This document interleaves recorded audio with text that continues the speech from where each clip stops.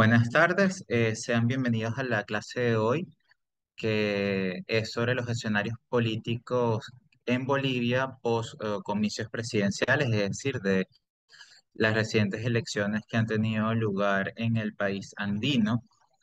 La clase la vamos a comenzar con una introducción para entender un poco la cultura política boliviana, su sistema político, sus valores y cómo todo esto confluye lo que es la sociedad civil, la sociedad ciudadana, cómo las organizaciones están en sus distintos rangos y sus distintos sistemas confluyen y se ponen de acuerdo, llegan a negociaciones para poner puntos claros, conjugar sus intereses a favor de lo que es la sociedad boliviana en conjunto.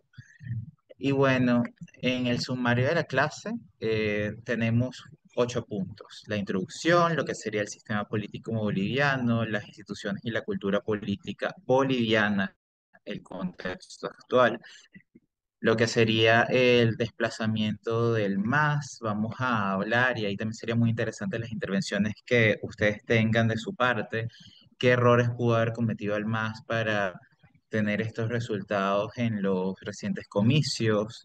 También vamos a ver lo que ha sido el proceso de fortalecimiento de grupos conservadores de derecha, que si lo analizamos en una línea del tiempo, esto no ocurrió de la noche a la mañana, ya venían algunos factores que de alguna forma iban minando la confianza de la sociedad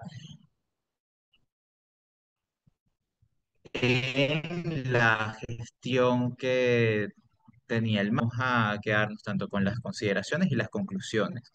Esta clase nos podría tomar entre una y dos lecciones, es decir, que esta sería tentativamente la primera parte, dependiendo de la cantidad de preguntas, dependiendo de cómo se extenga en función de los comentarios y el feedback que provenga de parte de ustedes y también de cómo avancemos con los puntos que están establecidos.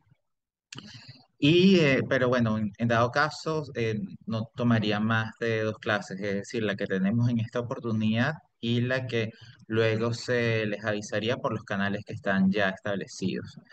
Ok, para comenzar y antes de iniciar con lo que está ya establecido en la lámina, tenemos que puntualizar y señalar una realidad de Bolivia que es sumamente importante. Al igual que Paraguay, país del cual habíamos hablado también en clases previas, de hecho tuvimos varias clases sobre Paraguay, lo cierto es que Bolivia es uno de los pocos países en América Latina que no tiene acceso al mar. ¿Y por qué? Bolivia no tiene acceso al mar a raíz de lo que fue la Guerra del Pacífico a finales del siglo XIX, dado que uno de los resultados de la Guerra del Pacífico fue formalmente el Tratado de 1904. A través de ese tratado se fijaron las fronteras actuales en menor o mayor medida, dado que la guerra, que es un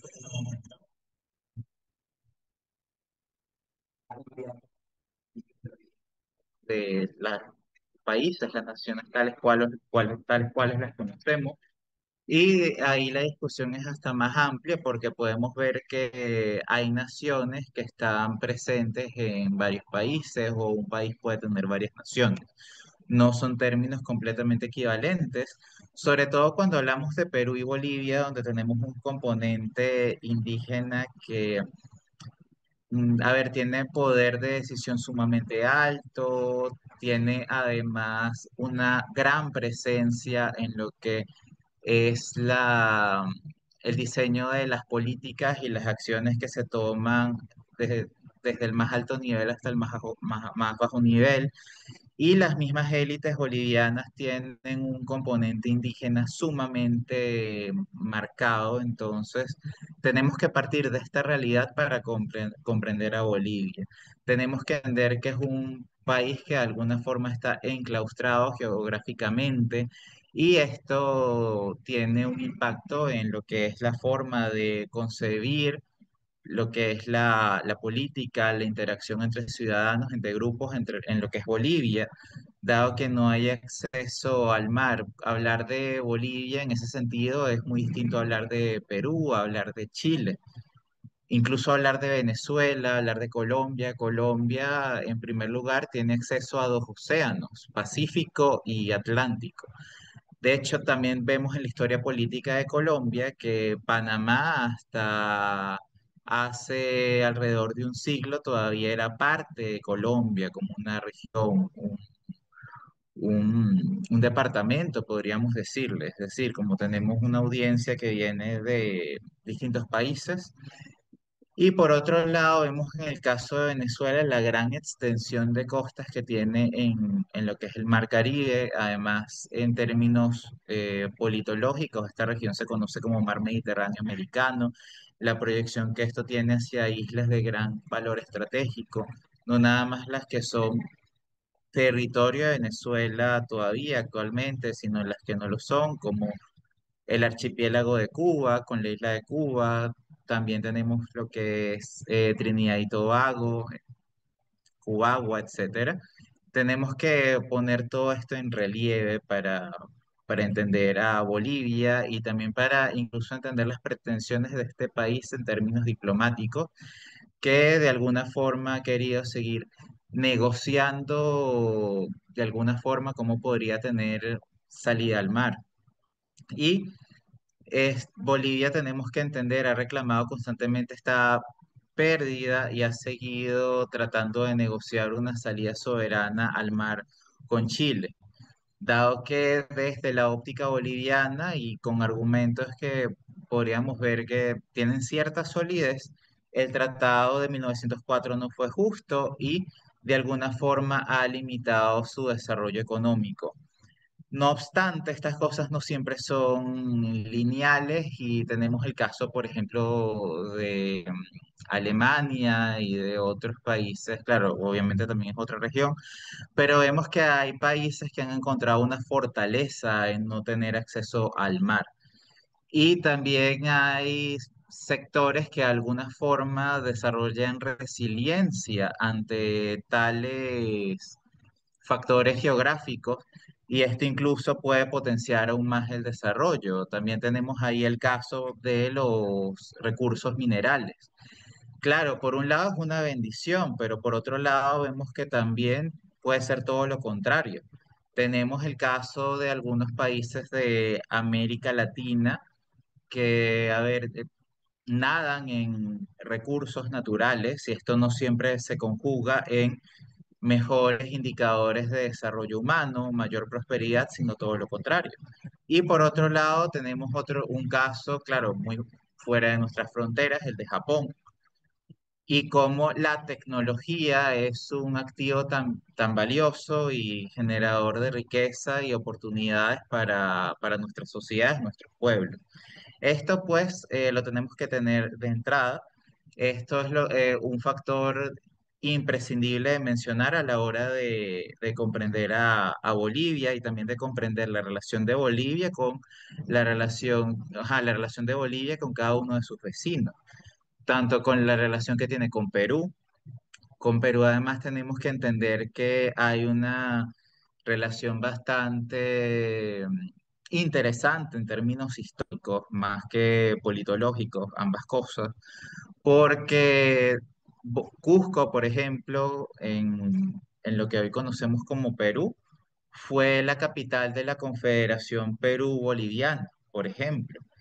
Y tenemos por otro lado que en tiempos, digamos, prehispánicos, algunas tribus como Tiwanaku y otras tenían también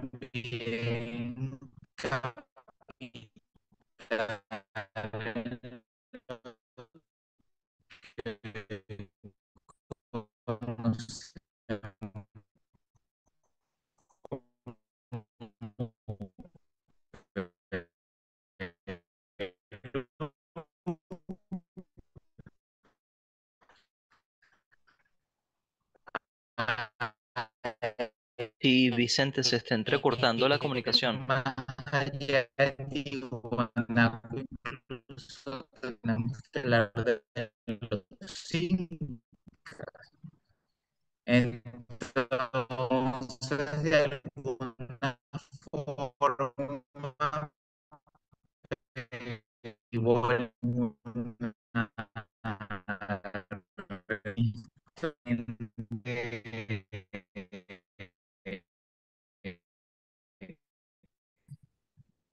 cercano, histórico, son que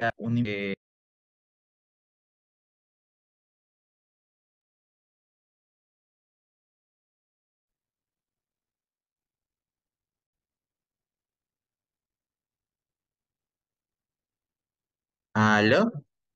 Ahorita sí te escuchamos, Vicente. Se empezó a entrecortar y se estaba cortando todo el video y el audio. Ok, ajá, seguimos entonces con la introducción.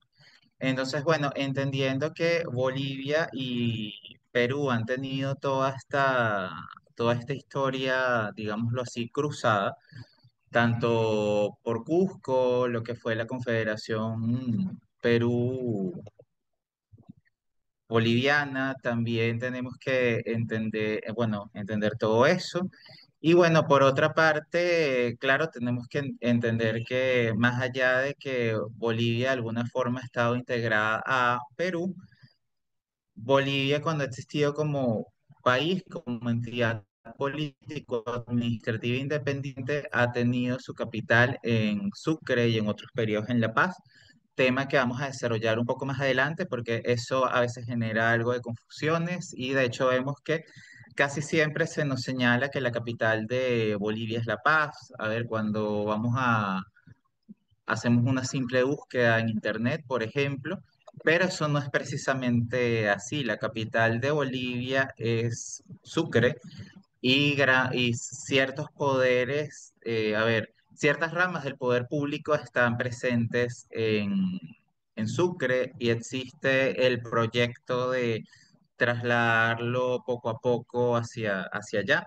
Entonces, claro, a nivel de embajadas, a nivel de unos cuantos centros de poder y también de algún sector del poder económico, porque también vemos que en cuanto a la economía está dividido tanto en La Paz como en esta otra ciudad boliviana, Santa Cruz.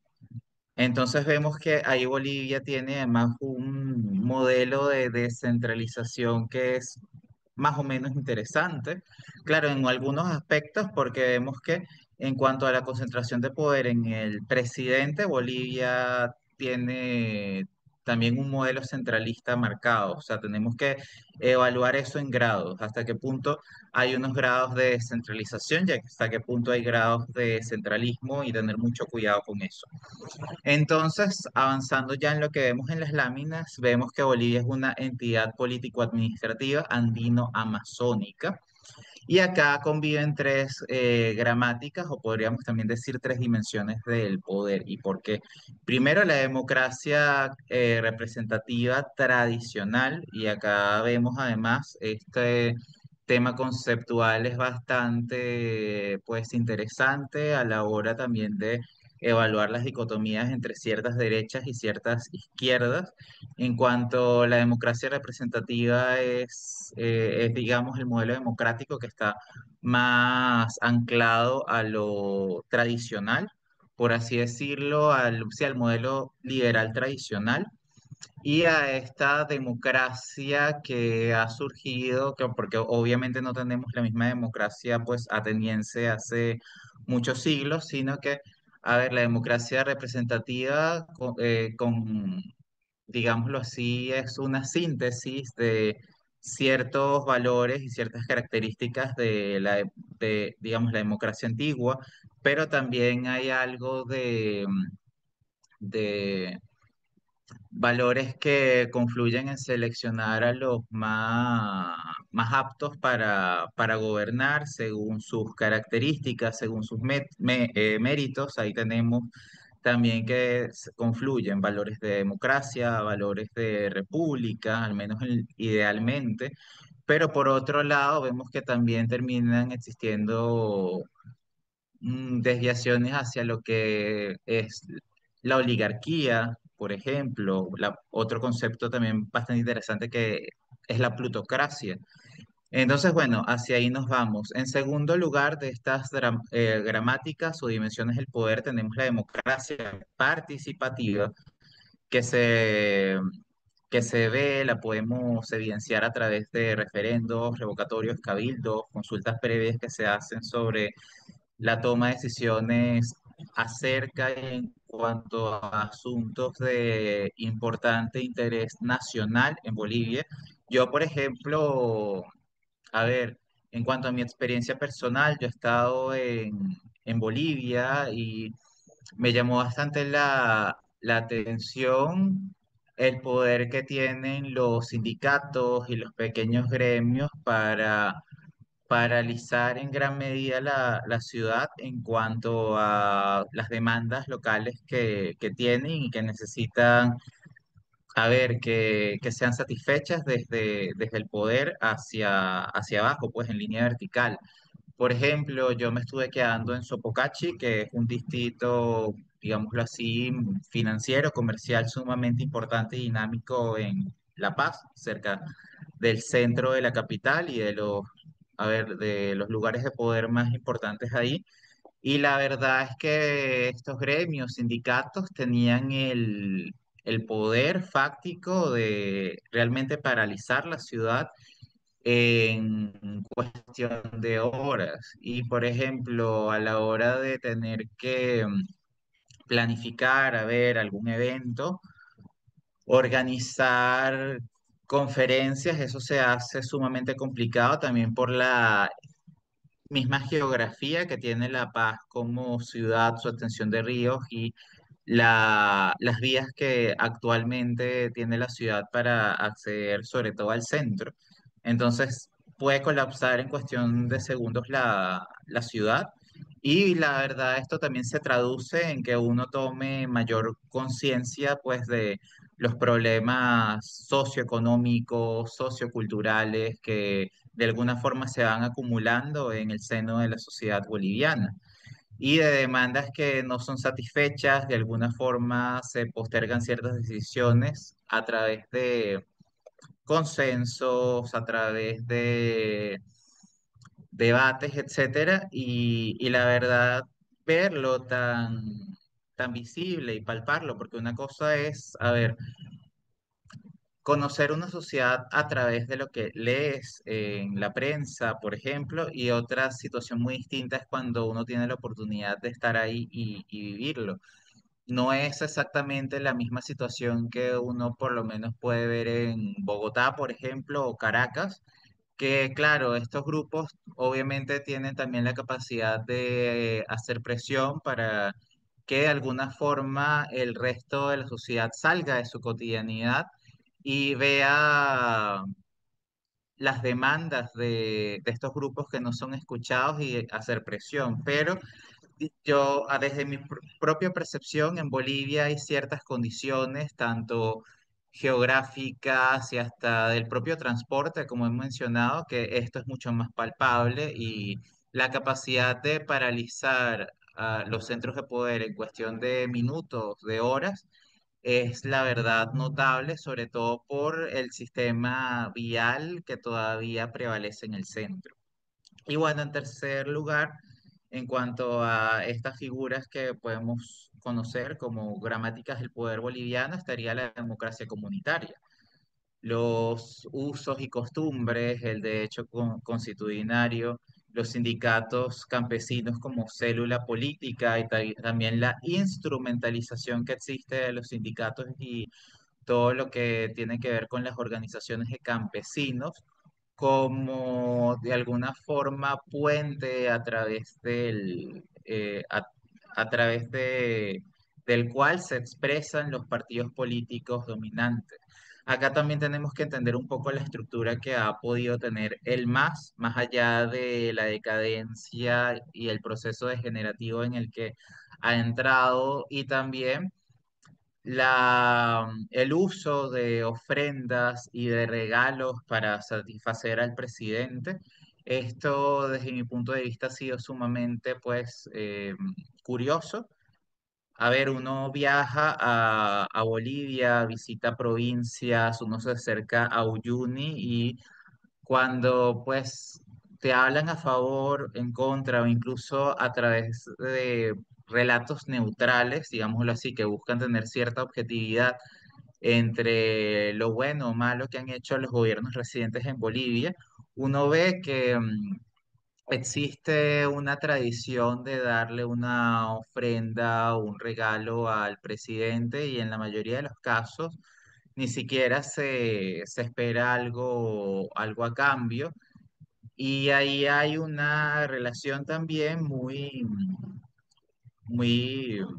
importante de analizar entre lo que era la relación que tenía Evo con cada grupo de poder en cada pueblo pequeño, cada provincia pequeña, etcétera. Y pues de ahí hay muchos mitos, hay incluso demandas que se han presentado en tribunales sobre excesos que se han llegado a cometer a través de esta relación. Incluso hay casos de familias que han decidido reclamar derechos por la presunta paternidad de Evo en cuanto a hijos que tuvo fuera del matrimonio, etcétera, y obviamente un proceso que ha estado bastante dilatado y no es nada más un caso, sino que son varios. Entonces vemos que para entender Bolivia tenemos que enfocarnos tanto en las formalidades, lo que está establecido, el derecho escrito formal y además lo que son las costumbres y las tradiciones bolivianas. Todo esto que vemos, sobre todo esta forma de democracia comunitaria, está además formalmente establecida en la Constitución de 2009 y le da un carácter de forma cosoberana de orden plurinacional, debido a que formalmente Bolivia es conocida así como un Estado plurinacional. Y bueno, también tenemos que ver que desde 2006, es decir, desde hace casi 20 años, han pasado 2 décadas, esta arquitectura de poder se ha encarnado en un sujeto político de base rural y sindical, el más nacido del movimiento cocalero y además de la sociología del sindicato campesino. Y el MAS se ha caracterizado por la forma en que ha convertido a las organizaciones sociales en correas de transmisión y de control del Estado. De alguna forma podemos ver que el MAS debe ser analizado en dos direcciones. Por un lado, como partido formal y con las características y las categorías que manejamos politológicamente en la región y en general en el mundo, y por otro lado como un movimiento social.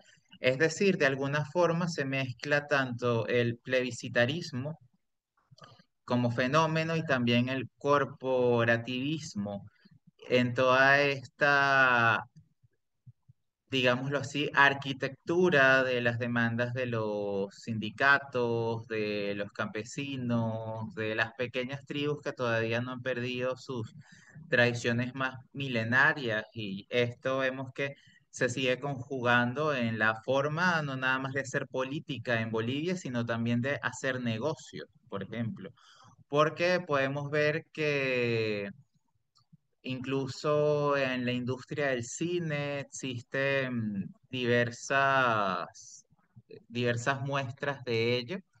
De hecho, hay una película bastante interesante que se llama El Cementerio de Elefantes, que trata sobre todo este tema, pues, de los sacrificios, los rituales antiguos, precolombinos en Bolivia, y cómo todo eso todavía tiene una gran presencia a la hora de hacer vida cotidiana en Bolivia, tanto política, porque al hablar de política no nada más estamos hablando en sí a ver, de las decisiones que se toman desde un partido político, en un parlamento, a ver, a la hora de votar y expresarse como ciudadano, no es nada más eso.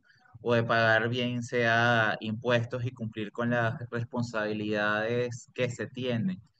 No, también acá tenemos que ver que todo esto va más allá, porque también política pues se hace a la hora pues de relacionarse en una junta de condominio, de organizarse como sociedad civil para de alguna forma articularse y hacer acciones notables en favor de un grupo, comunidad, colectivo. Bueno, alguien ha levantado la mano, John Arcos. Si quiere, puede dejar la pregunta por escrito o puede aprovechar unos minutos para hacerlo. Por favor, un minuto o dos. Hola, buenas tardes. Eh, Profesor, ¿me escucha? Sí, Ya, buenas tardes, profesor. Bueno, más que nada quisiera saber su opinión, ¿no, profesor? Como usted tiene harto datos con respecto a este tema de Bolivia. Bueno, bueno, como todos sabemos, Bolivia tiene mucha riqueza de gas.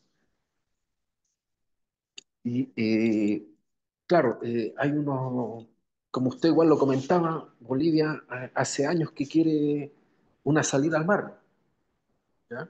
Pero siempre es con Chile, Chile. Y, ah, y resulta que, bueno, un tema político, un tema eh, internacional, no se le ha dado, pero mi, mi pregunta siguiente es, profesor, ya está bien, Bolivia no puede salir al mar por la parte de Chile, pero también tiene la opción por la parte que tiene en Perú, porque yo creo que, como usted igual mencionaba, eh, Perú tiene buenas relaciones políticas con Bolivia. ¿Por qué Perú no le permite una pasada al mar por territorios de ellos? Esa es una duda que tengo, bueno, profesor. sí, la verdad pues es una excelente pregunta y la podemos pues dividir en varias dimensiones. Vamos por el primer punto. Tenemos que entender que Bolivia le reclama su salida al mar es a Chile, ya que la pérdida de su salida al mar se produjo, como dije en los primeros minutos de esta clase, en lo que fue la Guerra del Pacífico, en las últimas décadas del siglo XIX. Y esto ocurrió en un contexto Bolivia contra Chile. Y Chile en este sentido logró controlar y anexar la costa boliviana. Y claro, por otro lado está también la disputa que está, esto ya sería un segundo lugar, entre Chile y Perú. Estos países también se han disputado territorios y esta disputa incluso abarcó la región que conocemos como la adyacente al puerto de Arica. Sin embargo, tenemos que señalar que esta disputa se resolvió en 2014, es decir, hace poco más de 10 años, mediante un fallo de la Corte Internacional de Justicia. En tercer lugar, como también señalé en la introducción de la clase, vemos que la historia de la política internacional es la historia de la guerra.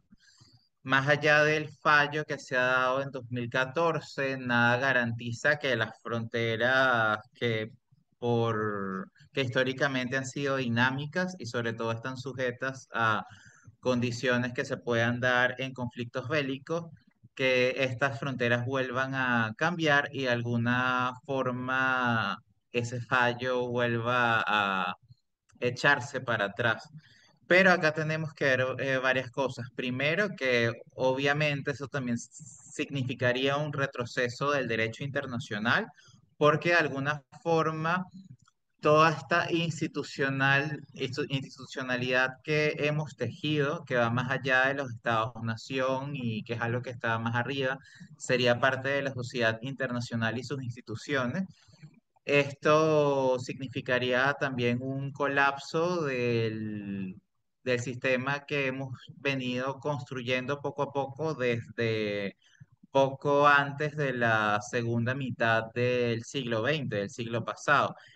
Por otra parte, en tercer lugar, tenemos que ver lo que ocurre actualmente en Eurasia, sobre todo entre el límite entre Europa y Asia, toda la situación que hoy en día vemos no nada más en Ucrania, sino lo que ha pasado en Georgia, Abjasia como territorio ya sea independiente o territorio georgiano en disputa.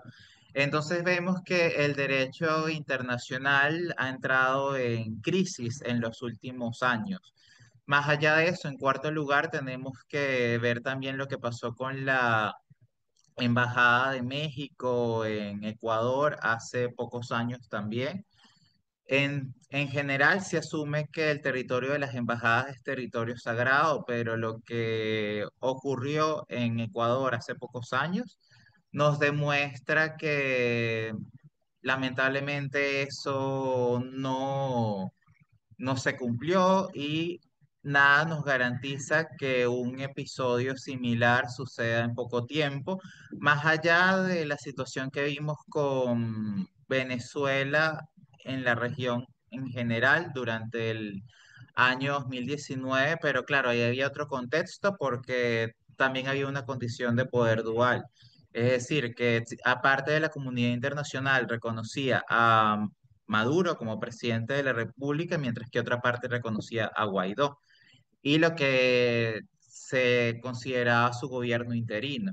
Entonces acá tenemos que también ver por un lado eso, o sea que todo esto también depende de cómo se mantengan las instituciones que conocemos desde la sociedad internacional como la misma ONU. Y la ONU y las organizaciones que de alguna forma son subsidiarias o dependen de ella, porque estemos a favor o en contra de la ONU, tenemos que entender que mediante la ONU operan muchísimas organizaciones, instituciones que no siempre tienen un desempeño igual o equivalente. Tenemos que ver el caso, por ejemplo, de ACNUR, tenemos, o sea, y lo que es el Consejo de Seguridad de la ONU, por otro lado. Es decir, hablar de la ONU es hablar de muchas instituciones y entidades que no siempre responden a los mismos grupos, no siempre tienen la misma estructura de poder, no siempre tienen el mismo desempeño. Y de alguna forma, en la medida que evolucione en una dirección o en otra el orden internacional que hemos conocido recientemente, podremos ver qué va a pasar con el reclamo de Bolivia de una salida al mar. Como bien estoy diciendo, ya para cerrar esta pregunta que está excelente, todo esto lógicamente se hace sobre todo a Chile y se hace a Chile por lo que fue la pérdida que tuvo a través de la Guerra del Pacífico y el Tratado de 1904, que desde el punto de vista boliviano no fue justo.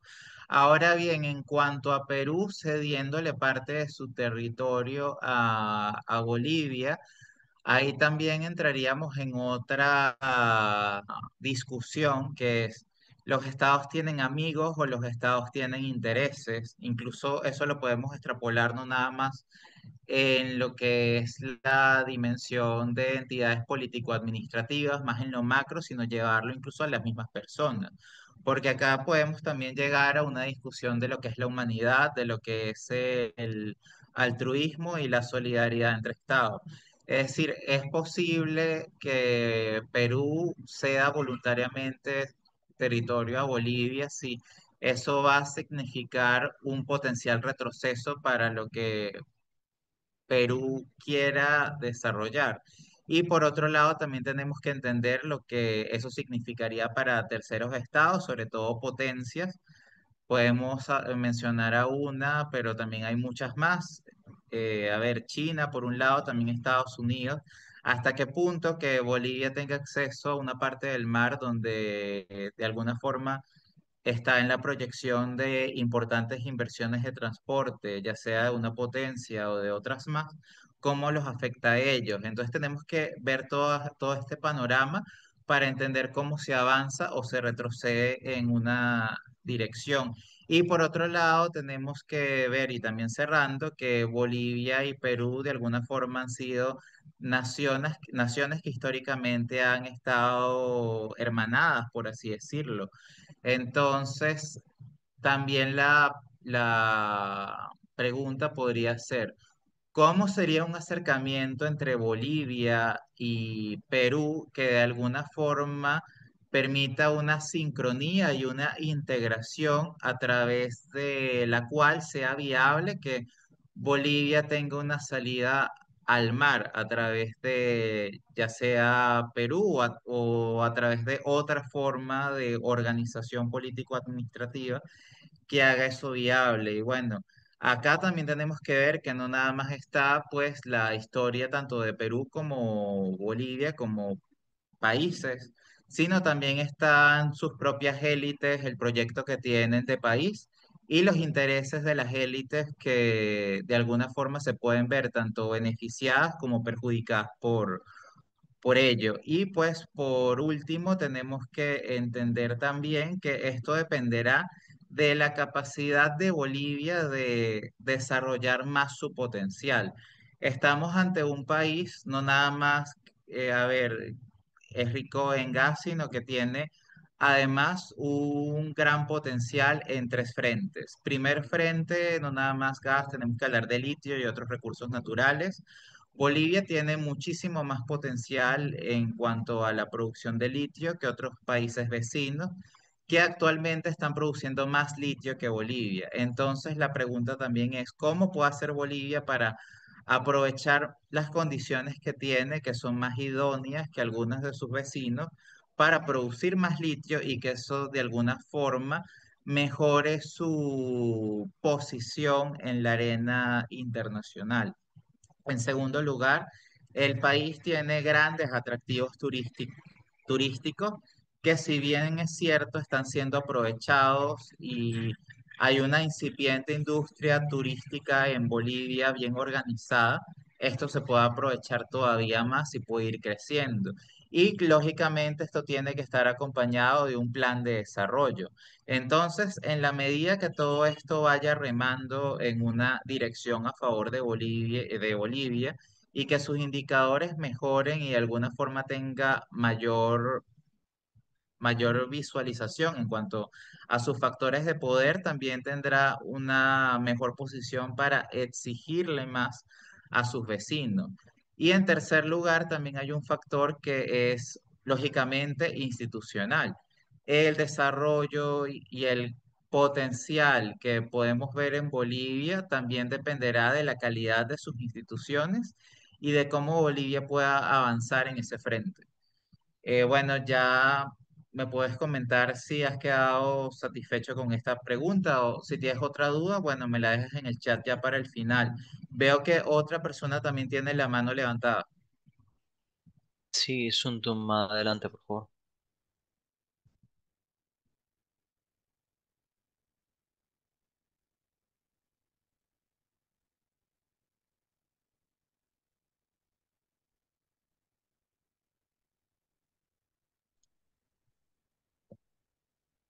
Sí, Suntum, no, no te escuchamos.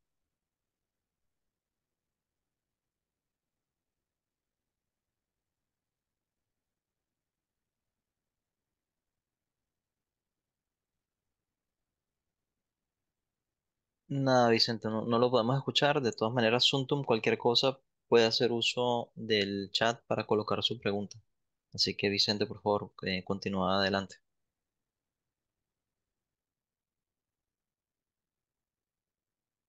Ajá, bueno, veo una pregunta en el chat que responderé rápido y seguiré con las láminas. Ok, ¿cuál es el principal desafío para el gobierno de Luis Arce? Bueno, en primer lugar tenemos que entender que ya viene pues la segunda vuelta, donde los sectores conservadores pues ya está previsto que van a tomar el poder. Y entonces tenemos que hablar más en función de los desafíos que se han tenido más que los que se tendrán, dado que ya estamos ante un gobierno, una gestión que ya va de salida. No hay todavía algo definitivo, por supuesto, porque ya no se tiene todavía un candidato que sea el ganador pleno, pero sí podemos hablar de un bloque ganador. Y en cuanto al desafío, pues tenemos que entender que en esta organización plurinacional de Bolivia hay grandes demandas, sobre todo de los movimientos sindicalistas, que no fueron satisfechas, al menos no lo suficiente, y de alguna forma probablemente esto se subestimó, es decir, se manejó el conflicto de una forma tal que a ver, los inputs que venían en cuanto a las demandas, las exigencias que se hicieron por parte de los movimientos, si bien es cierto que, claro, sí se dio una que otra respuesta a estas demandas, estas no llegaron a ser lo suficiente para de alguna forma generar un voto que no fuera castigo hacia todos estos grupos, pues, y que entonces a ver, se volviera una mayoría en contra del MAS, como vemos que ha sucedido que muestran los resultados de las elecciones presidenciales en Bolivia. Entonces, bueno, ya la otra parte de la pregunta y para seguir pues con la clase estaría más en lo que serían las consideraciones, es decir, que ya va a ser la segunda parte de la clase donde nos vamos a detener más en eso y qué es lo que podemos ver o interpretar que el MAS hizo mal como partido político y qué posición pueden tomar ahora que les va a tocar ser oposición de alguna forma para estar organizados para lo que pues pueda devenir en el futuro, dado que todos estos escenarios lógicamente son dinámicos. Y bueno, volviendo a esto, pues tenemos que ver que Bolivia además es una tensión de placas, pues por un lado es altiplano, pero por otro lado también tiene una geografía de llanos. Y además tenemos que ver que por un lado está La Paz y por otro lado está Santa Cruz. O sea, La Paz como la sede más importante de los centros de poder, más allá de lo que hemos señalado y vamos a ver en el segundo párrafo, que es que la capital formal sigue siendo pues Sucre y Santa Cruz como el centro principal de negocios en Bolivia y donde se mueve en mayor parte pues la economía. E incluso a nivel de organización logística, tenemos que ver que el aeropuerto principal de Bolivia no está en La Paz, sino que está en Santa Cruz, que es el aeropuerto de Viru. Además, en este sentido tenemos que ver que en estas regiones, tanto La Paz como Santa Cruz, los comités cívicos y los cabildos terminan funcionando como una suerte pues de parlamento popular de las élites agroexportadoras y también de una clase media movilizada. Y en función también de lo que estaba señalando, estos grupos son capaces de incluso de paralizar al país por semanas. Yo mismo lo viví sin ser boliviano, sino en calidad de turista extranjero. Esto además se vio y hay un ejemplo palpable, ¿cuál? La huelga de 36 días en lo que ocurrió en 2022, es decir, hace 3 años aproximadamente, a raíz del censo, y también de disputar el sentido de la nación autonómica frente al centralismo paceño. En esta medida tenemos que ver que, a ver, gobernar Bolivia depende en gran medida, no nada más de ocuparse de los asuntos de la paz, sino también de los asuntos que ocurren en Santa Cruz, sobre todo por el poder económico que representa la cruz en el contexto boliviano y también de la relación que hay sumamente anclada, sumamente umbilical entre el movimiento, entre el pueblo y los grupos de poder que tienen una representación en el Parlamento y otras instituciones que son de gran importancia. Entonces, además es notable, pues, volver a recalcar, porque es que esto es una confusión que se tiene a nivel internacional. La Paz no es la capital de Bolivia, sino es Sucre. Más allá de que La Paz sea la ciudad más importante junto a Santa Cruz, por supuesto, y de hecho vemos que las embajadas extranjeras en Bolivia están ubicadas en La Paz y no en Sucre. Por supuesto, existen planes de desarrollo a largo plazo donde esto tomaría otra estructura, pero claro, por los momentos no es así. Y eso obviamente también depende de lo que ocurra de aquí a 5 años, de aquí a 10 años, en un contexto en el que vemos es sumamente volátil, porque ahora llegan grupos conservadores de derecha al poder, lo que representa a ver, un elemento de diferencia, no representa una continuidad con lo que ya habíamos visto, que era el MAS en el poder. Entonces representa de alguna forma el cierre de un ciclo, a no ser que el MAS de alguna forma logre tener estrategias que le permitan retomar el poder. Entonces todo esto es bastante delicado porque proyectos de Estado se pueden tener mucho, pero también dependen de las personas que estén en el poder y los grupos que son representados en última instancia por estas personas. Y bueno, Sucre alberga la rama judicial del poder público boliviano y además es históricamente reconocida por la Casa de la Libertad, en la cual se firmó el Acta de la Independencia de este país. Acá vemos lo que es la región de Laguna Blanca, Bolivia. Y en cuanto al sistema político boliviano, que ya tenemos cierta introducción al haber hablado de la Constitución boliviana en términos fácticos y en términos pues preliminares. Ok, ya va. Déjenme revisar el chat un momento.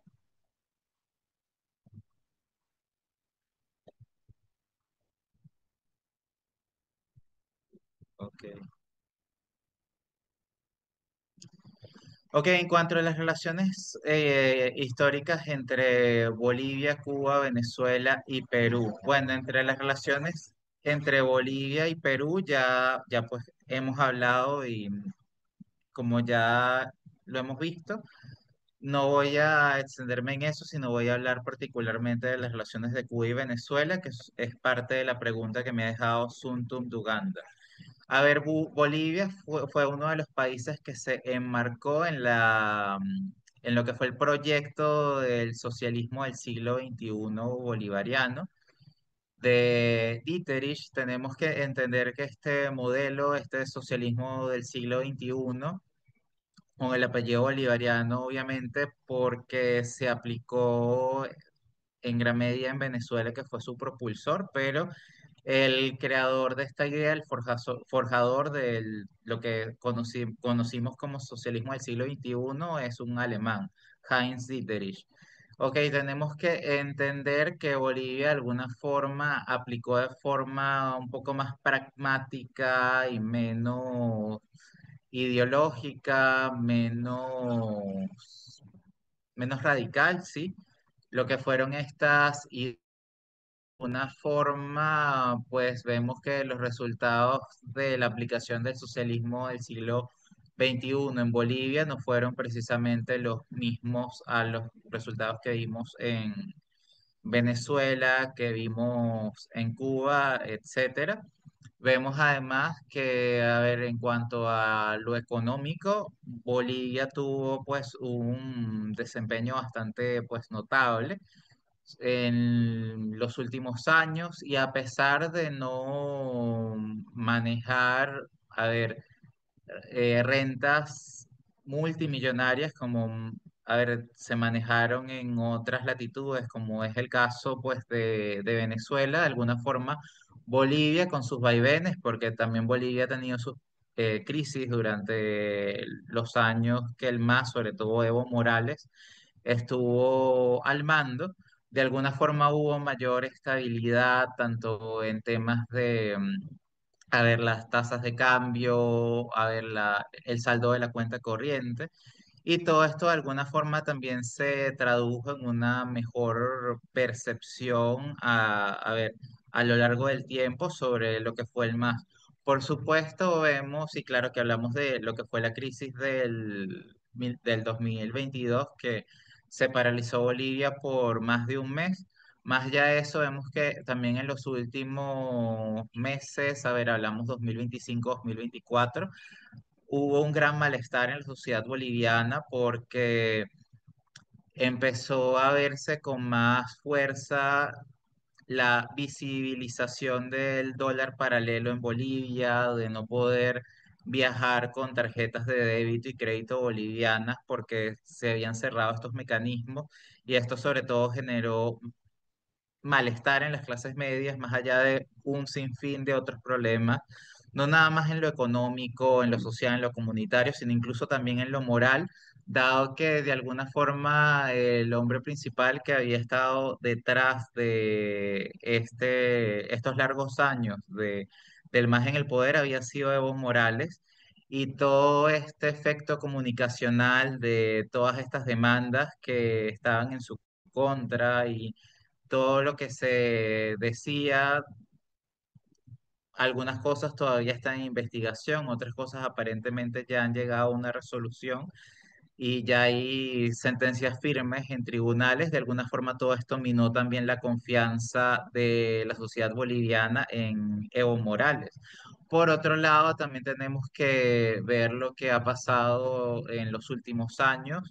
No tenemos que enfocarnos nada más 2024, 2022 y bueno, 2025, el año presente en curso, sino tendremos que ver un poco más atrás en cuanto a la figura de Janine Áñez, todo lo que significó y a ver, en la sociedad boliviana que ella fuera a prisión y que ahora, ya hace pocos días, es que está otra vez en libertad.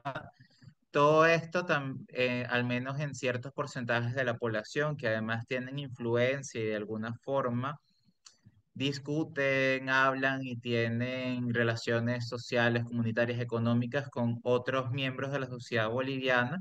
Todo esto también tuvo un peso en ir minando la confianza en el sistema de justicia boliviano entre quienes estaban lógicamente a favor y los que estaban en contra, pero de alguna forma eso fue generando un precedente.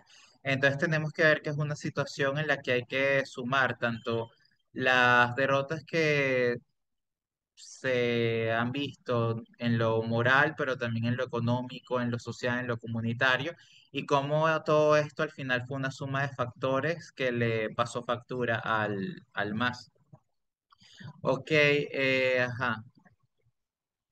Bueno, y como lo he mencionado y veo, claro, porque la pregunta es sumamente extensa y no hay tanto tiempo, Bolivia de los países que estaban más o menos alineados a lo que fue el socialismo del siglo XXI, tenemos que señalar y puntualizar que fue uno de los que tuvo mayor desempeño económico. Claro, en algunas cosas quizás fue modesto, pero por lo menos fue estable.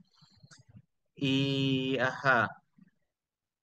No diría que hay falta de recursos naturales porque en Bolivia hay mucha riqueza que puede ser aprovechada como dije anteriormente, pero de alguna forma hay un potencial que puede ser aprovechado todavía mejor. Y de alguna forma yo creo que Bolivia a ver, en el seno de su sociedad, en el seno de sus propias instituciones del empresariado que está comprometido con su país, hay gente capaz, hay gente que quiere a su país, que quiere a Bolivia, que tomando las decisiones acertadas pueden hacer que Bolivia tenga un impulso económico mucho mayor al que hemos visto.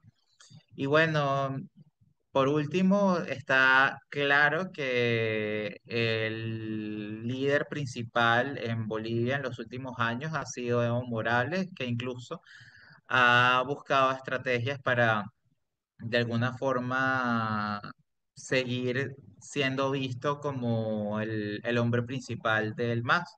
Pero por supuesto esto ya tenía muchísimas limitaciones, tanto en lo establecido formalmente, tanto en lo que es lo legal, las instituciones, y entonces, de alguna forma, Evo no tenía, a ver, la misma capacidad institucional para jugar como el principal hombre de Bolivia y también y tenía que aplicar otras estrategias para, a ver, buscar ser el hombre principal, pero a segundo plano. Eso es sumamente importante. Y por último, a ver, me dices que si Bolivia es un sistema de gobernabilidad democrático o absolutista, acá vemos que la respuesta pues no es tan simple, en el sentido de que Bolivia tiene varios niveles de representación, varios niveles de democracia, donde el componente indígena es mucho más relevante, mucho más importante y tiene mucho más poder que en otras regiones de América Latina.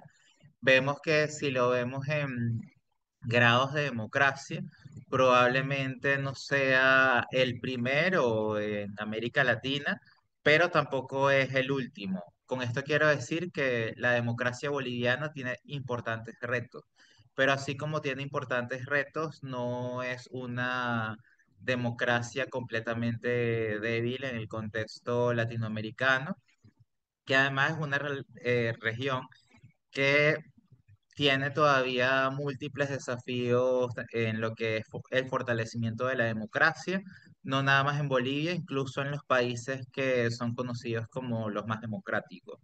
Entonces, de esto se desprende, y es mi respuesta en resumen, Bolivia es una democracia que tiene todavía importantes retos y desafíos que superar.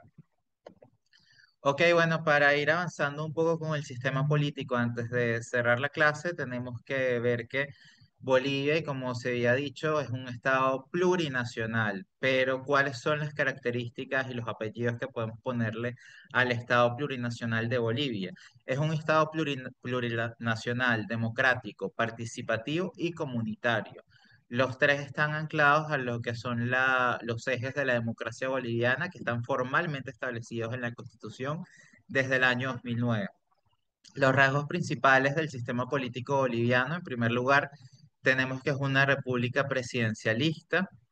Esto es común en América Latina en general, incluso lo podemos ver con el fenómeno del caudillismo y de las mismas nociones que se han tenido desde la época preindependentista e independentista en la región, en América del Sur. Vemos que el presidente en Bolivia, esto es una similitud con Venezuela, dado que en el chat lo preguntaron. El presidente es jefe de Estado, jefe de gobierno y además es capitán general de las Fuerzas Armadas. Ahí la relación y el análisis que se puede hacer de, a ver, las cualidades que tiene el presidente de la República y las en Bolivia y las que tiene en Venezuela, hay un paralelismo sumamente estrecho para, pues, analizar, discutir, porque en Venezuela es muy similar. Se elige el presidente por voto popular junto con el vicepresidente por 5 años. Además, hay reelección limitada después de varias reformas y fallos. Aquí sí podemos ver, por ejemplo, una diferencia con Venezuela y bueno, también con Cuba, que tienen similitudes y diferencias en cuanto a la forma de escoger el presidente de la República. Y vemos que el Poder Ejecutivo concerta una fuerte centralidad en la figura presidencial. Y bueno, por otro lado, tenemos que entender que el Poder Ejecutivo no es nada más el presidente, sino que hay otros órganos que también forman parte de la rama ejecutiva del poder público, como no nada más pues lo vemos en Bolivia, sino que es un fenómeno general a nivel político. Y en cuanto a la forma de Estado y su organización más desde lo vertical, vemos que en Bolivia son reconocidas 36 naciones en un país y 36 naciones con sus pueblos indígenas. Y acá también existen autonomías departamentales, municipales, regionales e indígenas. De modo tal que tenemos una forma de Estado unitaria, pero descentralizada, con la existencia reconocida y formalmente establecida de poderes autónomos y coexistencia de jurisdicciones indígenas y ordinarias.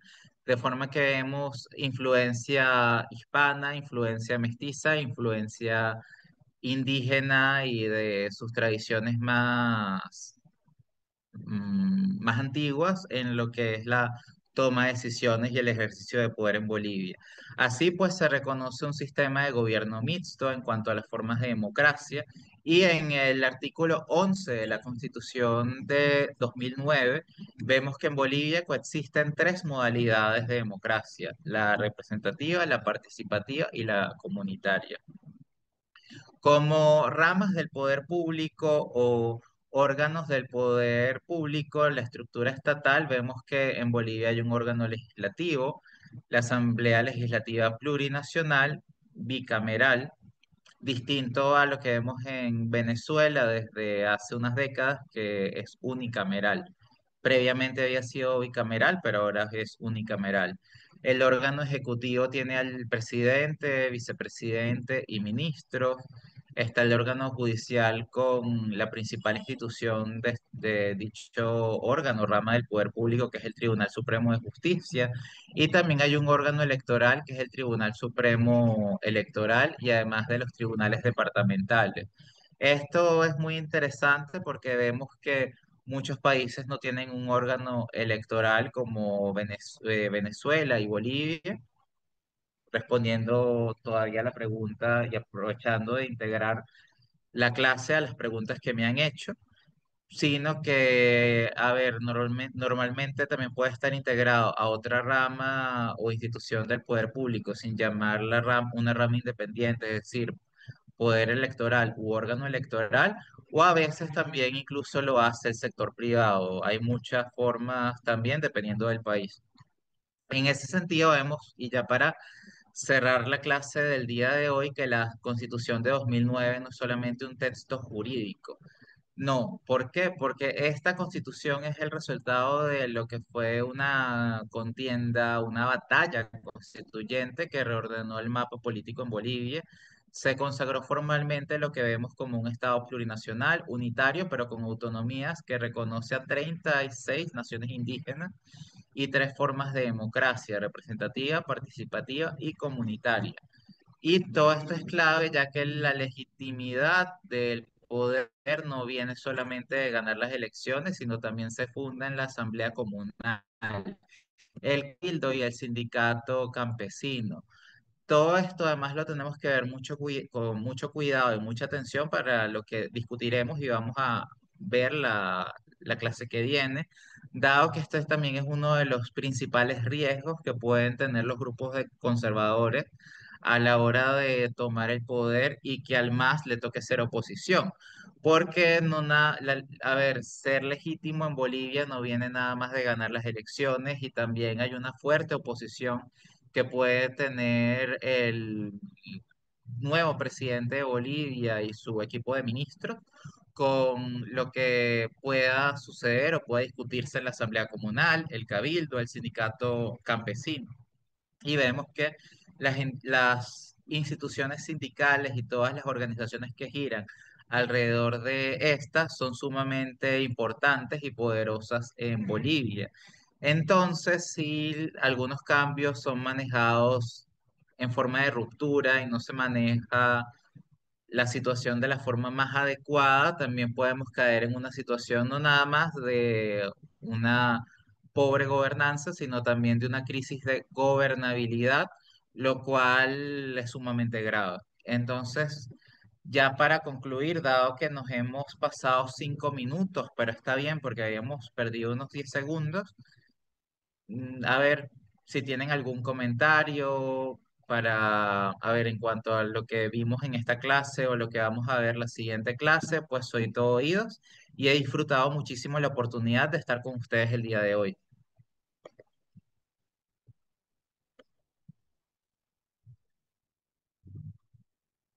Sí, pues una excelente clase, Vicente, y justamente como indica, si hay tal vez una última pregunta para poder cerrar la clase, pues adelante.